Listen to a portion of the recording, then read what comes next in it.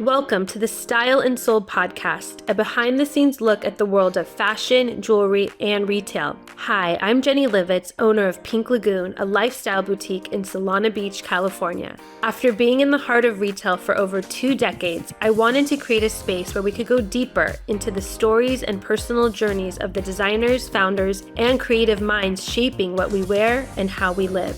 From the showroom to the boardroom, this is where creativity and business come together and discover how to build a life with style and soul.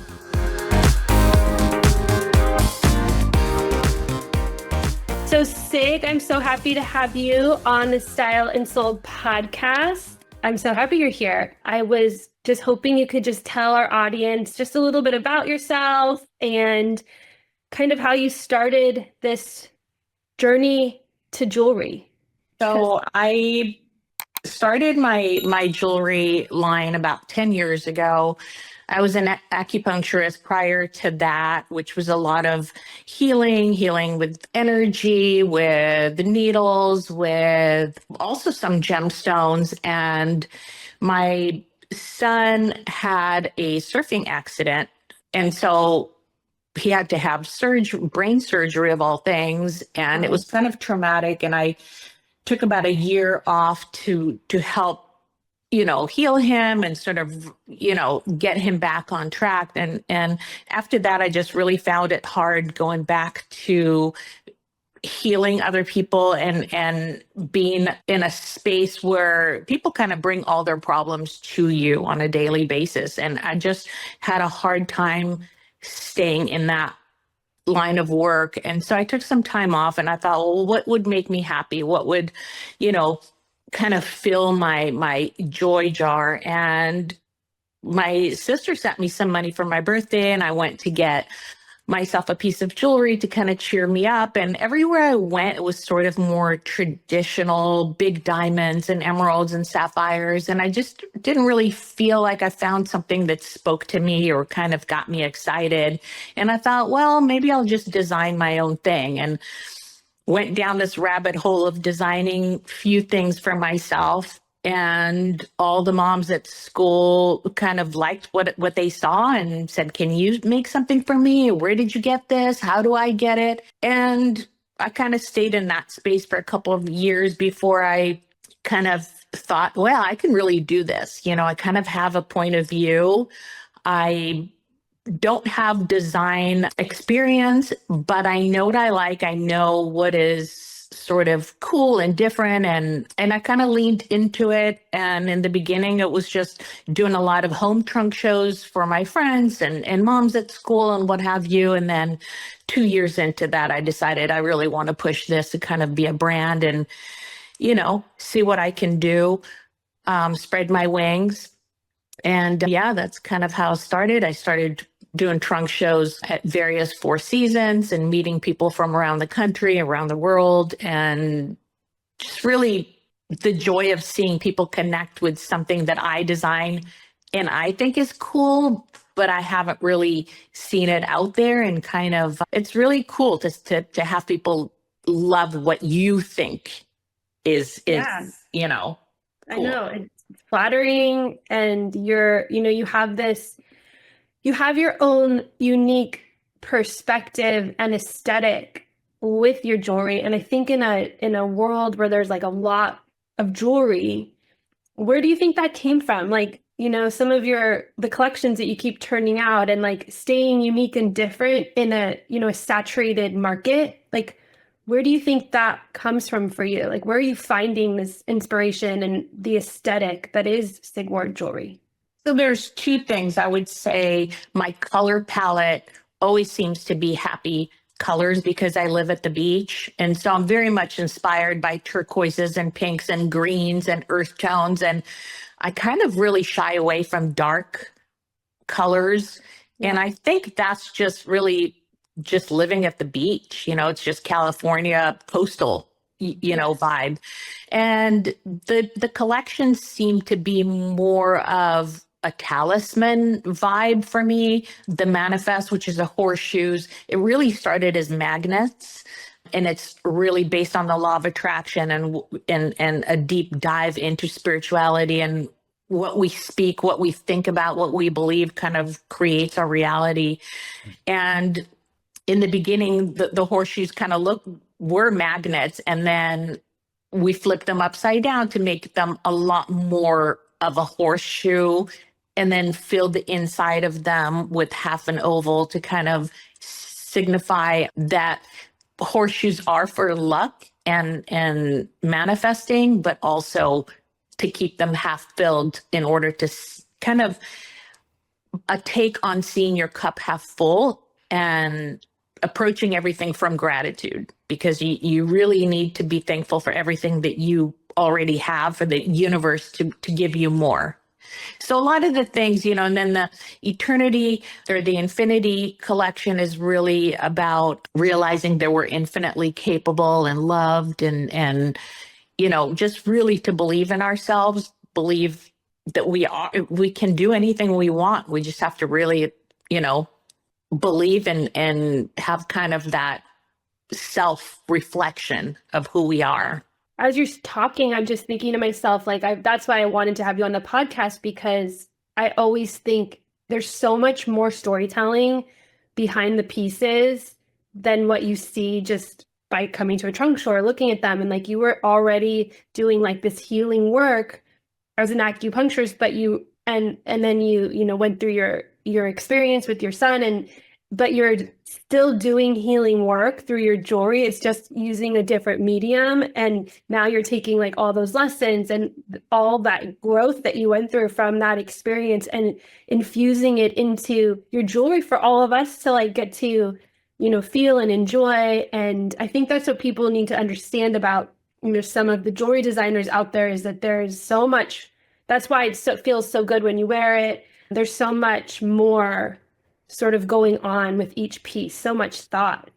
Yes, I agree. And if you go on my website, you will see a lot of the descriptions really talk about the gemstones and their properties, their healing properties, what they're known as, the stone of merchants. This was used, with sailors to protect them. This was used in the Roman times to help protect the soldiers. And so there's a lot more than goes into it other than sort of the talisman. There's also a combination of gemstones, also color theory.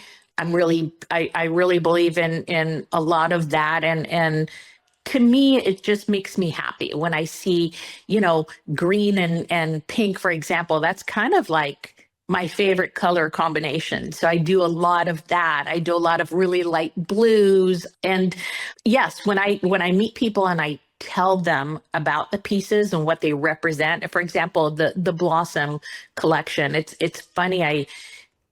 It's really taken off. And the thought behind Blossom was really about realizing that it's never too late to try something new. No matter what age you are, you can really, if you're unhappy with your job, start something new. If you're, unhappy with whatever, you can take on different, even hobbies to kind of inspire you to do something different and keep growing. And so it's interesting that when I explain the kind of the vibe behind a piece, people really get excited, because it's yeah, that speaks to me. That really is where I'm at in my journey in life. And, aside from it being beautiful and wearable, it's yeah, kind of speaks to where you are. Absolutely. I love all that. I think yeah, you're allowing people to continue to blossom through that collection and explore. I mean, there's so much symbolism in jewelry for the wearer, should they want that, whether, it's a stone or a design, that speaks to them, like your horseshoe, or all of the ones that just ignite this sort of deeper purpose. What does your design process look like from idea to finished piece? A lot of times it starts with a stone and kind of, what would I do with this? How would I wear it? A lot of the design process goes with wearability and whether this stone is too porous excuse me, for a ring, but it might be great for a pendant. It might be great for earrings, heaviness. I don't like earrings that are heavy. I don't like things that feel forced. But usually it starts with the gemstone, the kind of a color scheme, but also what else would I want to layer with what I already have or what is missing in the collection. A lot of times I have clients that really don't like so much color and they want to stay with the diamond and gold pieces. Some love the bolder pieces, some love the more delicate but layering. And so creating the next layer for my clients, my kind of my muses. Okay, they've got this, and this. What would kind of work with that? And just kind of creating kind of more of a, what else does my line need right now? I've done the heavies. Let me do a little bit of the lighter ones. I've done the lighter. Let me do more of a statement piece. So that's kind of where you're at now after 10 years. I love the way that you describe it because that's how I think of styling is like, and with the jewelry and with the clothing is like, and every single season I'm like, oh my gosh, what are we gonna, but you figure it out. Like, how am I gonna come up with what it is that the next thing is? But you do, because we are women and we're consumers and we like to add on and we figure out what that next thing is gonna be. But I love that you say that about that's probably why we love your jewelry so much at Pink Lagoon, because it is so much about layering and finding the next piece and, getting the client to understand that and that you're building like a personal style and collection. And it's neat to see my clients who are primarily just gold and diamond venture out and buy a really colorful piece and really just wear it all the time and fall in love with it and really surprise themselves, which is kind of what I tell my clients. I don't know about you, but I am always stuck in this never ending loop of buying the same beige tone eyeshadows and pink lipstick. It's like I tried to venture off and I just keep coming back, and I have it from like every makeup line across, I keep thinking it's going to be different and it's the same. And I think it's like that with jewelry. It's like you need to sometimes break that pattern and go, no, you already have all this, and this. Try this. And it's like, wow, that, feels like a departure, but also sometimes feels really good to kind of go off the beaten path, Yes. How do you ensure that each piece carries like a sense of intention and emotion? Your brand is, it's feminine, but it's very also kind of gritty and strong at the same time. Like it's modern. So how do you kind of make sure that like you are weaving the theme of Sig Ward into every design, or does it just happen naturally? I would say that I don't design anything I wouldn't wear. I have a beautiful 21-year-old daughter, and she sends me things on Instagram. You should do hand chains. You should do this. You should do that. It's so popular. If I wouldn't wear it, I wouldn't make it. It's just who I am. I'm 57 and I kind of want elevated, elegant. I'm a Virgo, so I like timeless. I want something that I'll love when I'm 70 or 80 years old. I don't like of the moment or gimmicky things. And I want it to be wearable. I think of my client wearing their Ulla Johnson, dress, going to a lunch with a girlfriend, but then going to the market and then maybe going to a kid's volleyball game at 7 p.m. And like everything should be wearable. Everything should be where it works. Right. And it's effortless. And you just sort of feel beautiful and put together, pulled together, and not too much diamonds, not too much, where it's fussy. It's just very wearable. So you were just kind of touching on your personal style. So what is your personal style? Like, is it that classic, but with an edge? And, is it symbolic of your jewelry too? Funny, I've always loved jewelry since I was little. That's one thing that I have in common with my mom. You know, she passed away, but that was our thing. And in the beginning, I think I kind of, prior to designing, I wore a lot of white gold. Now I've gone back to it, and I love mixing a lot of white gold with my yellow gold. Yeah. I used to be more of a dainty diamonds and gold pieces. Now I really love color. I'm wearing one of my green horseshoe, a pink and green manifest. So I really love color. I would say that the biggest thing that I want to do with my line, and I think I've kind of set my intention, is I want to do something you haven't seen before. And that's super important to me. I don't want to be safe and create something that anybody else has.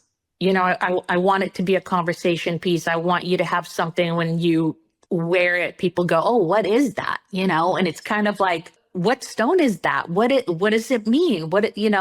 Just kind of a conversation starter. And so that's my thing. It's like, I always hope that people like it. It's blind design, so you really don't know. And sometimes it takes a while. You know, the Blossom collection has really taken off with a lot of the younger clients, and it's just surprising to me. So sometimes it takes a minute, but people kind of get the vibe behind it, and I love that. Looking to refresh your wardrobe with pieces that feel as good as they look? Come visit us at Pink Lagoon, a lifestyle boutique in Solana Beach, California, where fashion meets intention. From curated clothing and jewelry to elevated essentials, we help you find your unique style with soul. Not local? No problem. Shop anytime at pinklagoon.com. That's www.pinklagoon.com. Come and discover your new favorite look today. Who is the Sig Ward girl? What's she like? And how old is she? Or her age range? Because you said your daughter and then the younger girl. And then obviously we know a lot of our, client in age, 40s, 50s, 60s, I would say who's gonna love the Sig Ward collection? What is she like? I would say I don't design for the 20-year-olds. Yeah. It's not, I'm not interested in. You're designing for you. You're designing for you. I'm designing for me. I'm designing for my friends. I'm designing for moms, essentially. And I would say 30 plus is really, it's 30 plus. And also, I would say that, I don't do a lot of big diamondy pieces. Yes, I have beautiful tennis necklaces and a lot of pave, but my client already has the big engagement ring. They have the big everything. Now they're looking for something to kind of set them apart from everybody. They're looking for their own style. They kind of don't need to prove to anyone that they can afford something. They just want to be cool and funky and have kind of their own vibe, Like their play jewelry mixed in. And I do think that that's one thing that people misunderstand about the jewelry industry and business, especially in the designer world of jewelry, is, the designer jewelry is what gives people more style. Is how to wear and how to mix it versus the traditional diamonds like you probably were discovering when you first were out there. There's that looks like everything else, the big diamonds and all that stuff. I would doing my trunk shows at all the Four Seasons, I would meet a lot of the older women that would say, "Oh my God, I have so much. I don't wear it. It's on the safe. Right. Oh, I never take it out." And I always say, well, my jewelry isn't that. It's not put it in the safe. We have a lifetime warranty, first of all. So anything that happens, I will fix for free. But it's fine jewelry and it's elevated. But you take it off and you put it on your bedside table and you wear it the next day. It's wearable. It's whimsical. It's not the big diamondy stuff that you have to just take out when you're going for an anniversary dinner or a bridal shower. It's not that.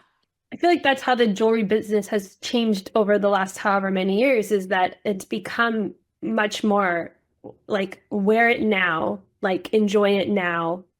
And you do jewelry restyling. So will you talk a little bit about that? Because I think that is such an amazing way for people who do just lock up their jewelry in their safes and never wear it except for a special occasion, like turning it into something that they actually will wear and enjoy with a more modern design. Yes, I feel like even when I started 10 years ago, I think jewelry was more fussy. It was more big diamonds and everything was pavé. Everything had diamonds in every ring. I decidedly have a lot of, probably 40% of my line doesn't have diamonds, but it's still incredible.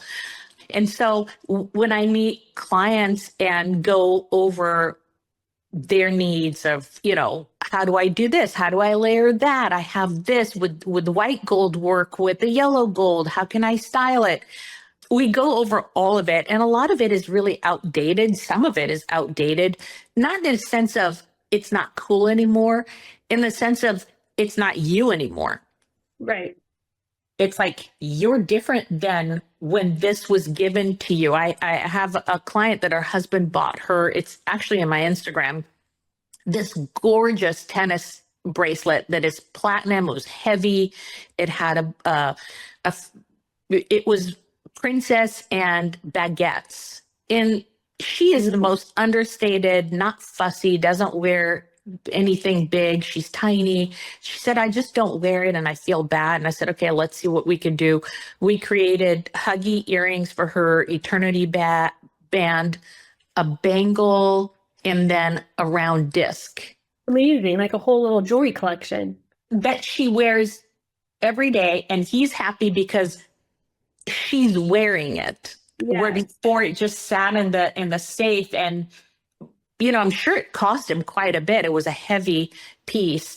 So to me, it's just, let's figure out where you're at now and what your lifestyle is now. I think in our 30s, 40s, maybe we go out a lot more. Fast forward, 60s, maybe you're not going out as much. Now it just needs to kind of make sense for who you are today, but you still want to enjoy the stones. Maybe you were given a diamond. Maybe you want to take something apart and make it more everyday for you.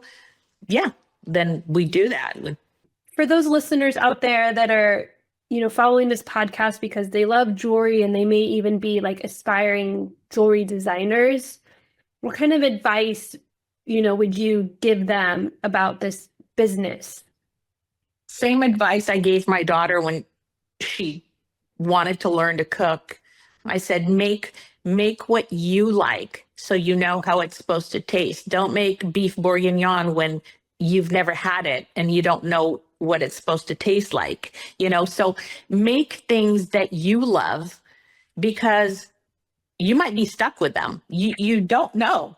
You really, make what you love, because when you wear it and you exude the confidence and the joy, that kind of translates. And then you meet your people, meaning that I'm, my age and I meet my clients as I go about life. But if you're 20 years old and you're very boho chic and, in a different, festival phase of life, going to Coachella, make your jewelry, whatever speaks to you, wear it, because you will meet your people. Just Right. walk in to get coffee. People go, oh my God, what is that?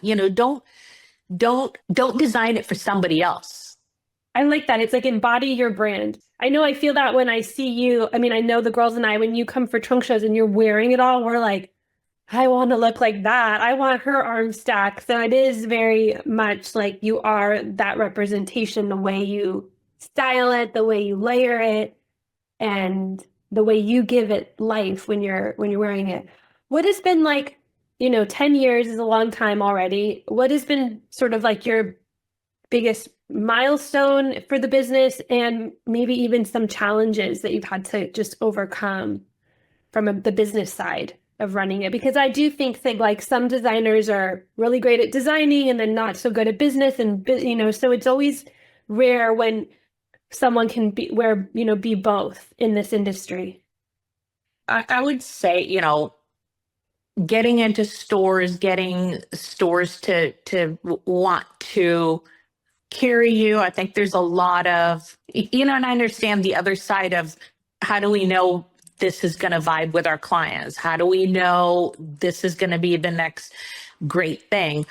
The biggest wow for me in my career was Barney's picking me up and calling me, not me going after them. And then a month later, they went out of business. So that never happened. So it was like the biggest high and the biggest low happened. Oh And my gosh, I didn't know that story. I didn't know that happened. That's like yeah, your biggest milestone and your biggest memory yes, all at the yes. same time. So a lot of those things along the way that it's like 3 steps forward, 1 step back. Owning a business is not easy, especially when it's very competitive. Online, brick and mortar, it's very competitive. Everybody's designing, everybody's doing. It's just, I've always believed that there's enough for everybody. I love that. And there's enough for everybody. I've mentored up and coming designers. I don't believe there's competition. I think that you'll find your people will find you, and there's enough for everybody. That's great advice. And it's like a constant, you have to constantly remind yourself of that there is abundant. I forget the metaphor. It was something about like the ocean or the sand or something. Like, if you take a scoop out, like there's more. It's always going to keep coming. There's never going to be like a lack of it. So, looking at your business and life in that light. Yeah, and also, looking. That's something that my mentors told me before. The tide goes out, but it comes back. And just remember, it always comes back. It has to. So, when you're experiencing a little bit of famine in your business or a slow point, just embrace it because it will come back. And, just trust that. How do you want women who wear your jewelry to feel? I want them to feel, I think the jewelry, at least what I put into my pieces, it's empowering. It's defining your sort of individual style. And that's what I do. I design a lot of one-of-a-kind pieces, and I will not make them again, no matter what, because I want you to have that piece that's yours. And when I started, a lot of moms kind of had a hard time with it. They would come and say, well, I want the same thing that Kelly has. And I'm like, no, and now it's kind of, they love it, but back then it was, I want what she has and I want the same thing. And, so I want you to have your own style. I want you to have, that joy that when you looked at, I just had a client buy at a trunk show at Four Seasons Maui. She loved a bunch of things, and then she bought a ring and a bracelet because she said, I Zoom for work a lot of times and I want to see it. I want to be happy, so she didn't buy the earrings. So she's like, I want to see the pieces when I'm working. And I thought, oh, interesting. So it's just, I want you to be joyous with it, to have fun, to just be happy and inspired to get dressed. So if someone was buying their very first Sig Ward piece, what would sort of be your first suggestion for them if they're just kind of getting to know the line? I would say I have a lot of beautiful, I would say go to the gold and diamond collections on the site and kind of look at the earrings and the necklaces. There are a lot of little diamondy pieces that will layer with all your other pieces that you already have, and kind of build from there. Yeah. Okay, so I always ask towards the end of the podcast, this is the Style and Soul podcast. So how do you make sure you're living your life with style and soul? I think giving yourself the permission to get dressed and really like you look your best every day. I know as a mom, I went through like years of living in sweatpants, and then one day I woke up and I said, No, you need to like honor yourself and really, even if it's nicer sweatpants Right. and a nicer hoodie and putting on makeup and doing your hair a little bit, even if it's a ball cap, but it's like a nicer one, just really pushing yourself to feel better, to get dressed, to, kind of put your armor around you and face the world in a better headspace. I think it makes a big difference at how you present yourself to the world, and it comes back to how you feel at the end, if that makes sense. It totally makes sense. It's like kind of, and I was just, when you were saying that, I was thinking to myself that as a retailer, as designers, some people may be like, what is their, purpose? Or we might think, what is our purpose? And I think we are those examples for other women, and we're their cheerleaders and encouragers for them to take that effort to give themselves, more of that self-love, and to use their style as a toolbox. And like for the like what your theme of this whole conversation was to be happy and, joyful and fill their cup up. So this was such a great conversation, Sig. Where can people find you? Thank you for coming on. Obviously, they can find me at Pink Lagoon, and I'm online, Sig Ward Jewelry. We ship for free. We, size for free. Yeah, we're like a whole one-stop shop. And if anybody needs any help, they can, obviously call the store and get one of the stylists to kind of help them put together whatever they might need for themselves and their lifestyle. And also if they have repurposing question, I have this ring that my grandmother left me and I don't wear it. It's too much, it's too fussy, too much filigree. We can rework it. So call the store and let's get you styled up. Thank you, Sig. Thank you. Thanks for joining me on the Style and Soul podcast. I hope today's conversation left you inspired to look deeper, not just at the brands you love, but the stories and the people behind them. If you enjoyed this episode, be sure to like, subscribe, and leave a review. This podcast is produced by Oleg Livits and edited by David Strutt. Until next time, stay curious, stay inspired, and keep building your life with style and soul.